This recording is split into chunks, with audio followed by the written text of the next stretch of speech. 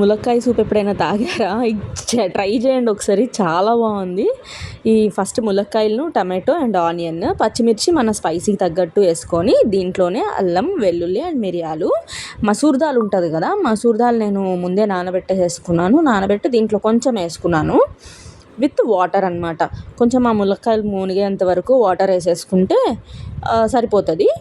ఆర్ఎల్స్ మనకి సూప్ ఎంత కావాలి అన్ని దాన్ని బట్టి కూడా మనం వాటర్ వేసుకోవచ్చు.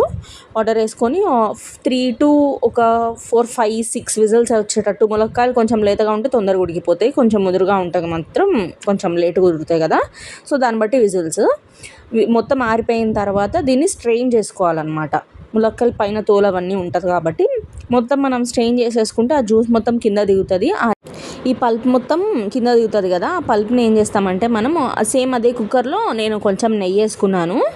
నెయ్యి అండ్ వెల్లుల్లి చిన్నగా కట్ చేసుకొని, వెల్లుల్లి, కరివేపాకు, జీలకర్ర ఇవన్నీ వేసుకొని, మీ దగ్గర ఉంటే కొంచెం కొత్తిమీర కూడా వేసుకోండి, నా దగ్గర లేదు. సో కొంచెం పసుపు అన్నీ వేసేసుకొని నేను పోపు పెట్టేసుకొని పల్ప్ ఉంటుంది కదా, పల్ప్ దాంట్లో పోసేసుకొని కొంచెం సేపు బాయిల్ అవ్వనివ్వాలి. ఎందుకంటే ఆ బాయిల్ లైట్గా చేదు ఉంటుంది కదా, ములక్కాయ చేదు పోతుంది అనమాట. అండ్ సాల్ట్ వేసుకొని మనం కొంచెం బాయిల్ అయిన తర్వాత స్టవ్ ఆఫ్ చేసేసుకున్న తర్వాత మనం నిమ్మకాయ అనేది పిండుకోవాలన్నమాట. ఇలా ఒక 2-3 పొంగులు వచ్చేసిన తర్వాత మనం స్టవ్ ఆఫ్ చేసేసుకోవాలి. కొంచెం ఆరిపోయిన తర్వాత, కొంచెం వేడి ఉండాలి కానీ ఆరిపోవాలి. ఆరిపోయిన తర్వాత లెమన్ పిండేసుకున్నాను. ఇలా థిక్గా వస్తుంది అనమాట. మనం మసూర్ దాల్ వేసుకున్నాం కదా, సో దానివల్ల కొంచెం థిక్నెస్ వస్తుంది. ఇలా బౌల్లో వేసుకొని తాగేయటమే. మీకు గార్నిష్కి కొంచెం కొత్తిమీర అట్లా ఉంటే వేసేసుకోండి, నా దగ్గర లేదు.